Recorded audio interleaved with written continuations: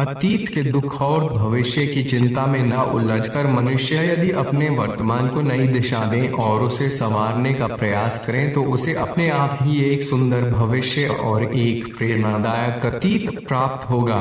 ठीक बात याद रखिए, जीवन में कभी चिंता मत करो, क्योंकि चिंता चिता के समान होती है। आप महीनों काम करके उतना नहीं थकते जितना कि क्रोध और चिंता से एक पल में थक जाते हैं। चिंता करने वाला व्यक्ति जीवन में वर्तमान की खुशियों का आनंद नहीं ले पाता है और न ही जीवन में कुछ नया सोच पाते हैं, जैसे जलवायु या भोजन में प्रदूषण शरीर को बीमार एवं सीन कर देता है।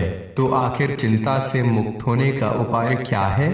ज्यादातर लोग जीवन में कर्म तो करते हैं लेकिन उसके परिणाम को लेकर चिंताओं से गिर जाते हैं। वो उन्हीं के बारे में सोचते रहते हैं। इसलिए हमेशा ध्यान रखें कि कर्म करें लेकिन फल की इच्छा न करें, क्योंकि यदि आपने अच्छा कर्म किया है तो निश्चित रूप से परिणाम भी अच्छा ही आएगा। और फिर बीते हुए समय को तुम बदल नहीं सकते और उसके बारे में विचार करने का क्या फायदा? सिर्फ समय की बर्बादी है, क्योंकि कर्म करते ही परिणाम निश्चित हो जाता है। बुद्धिमानी कर्म करने से पूर्व चिंता करना है, ताकि कर्म अच्छा हो तो परिणाम भी अच्छा होता है। इसलिए चिंता से मुक्ति के लिए दो बातें हमेशा ध्यान रखें। पहली बात यह है कि हमेशा वर्तमान में जीने की कोशिश करें और हमेशा खुश रहें। दूसरी बात यह याद रखें कि कर्म करके परिणाम भाग्य पर छोड़ दें और जीवन में नया कर्म करने की कोशिश करें।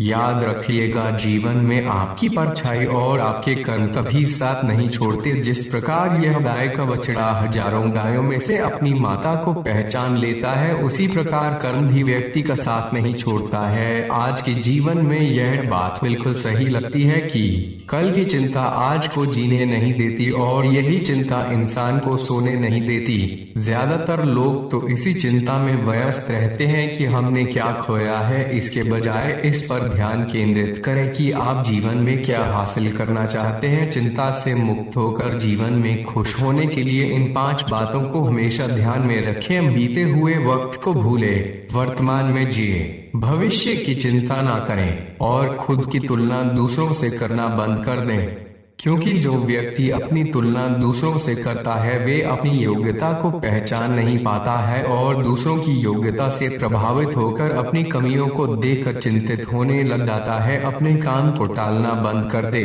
क्योंकि जो लोग काम को आगे के लिए टाल देते हैं वे भविष्य में काम के बोझ के तले दब जाते हैं और यही चिंता उन्हें आगे बढ़ने देती। विचार अवश्य कीजिएगा, क्या आपने इस बात पर गौर किया है कि बीते समय में हमने भविष्य की चिंता की? वे आज भी हम भविष्य के लिए सोच रहे हैं और शायद कल भी यही करेंगे। तो फिर हम वर्तमान का आनंद कब लेंगे?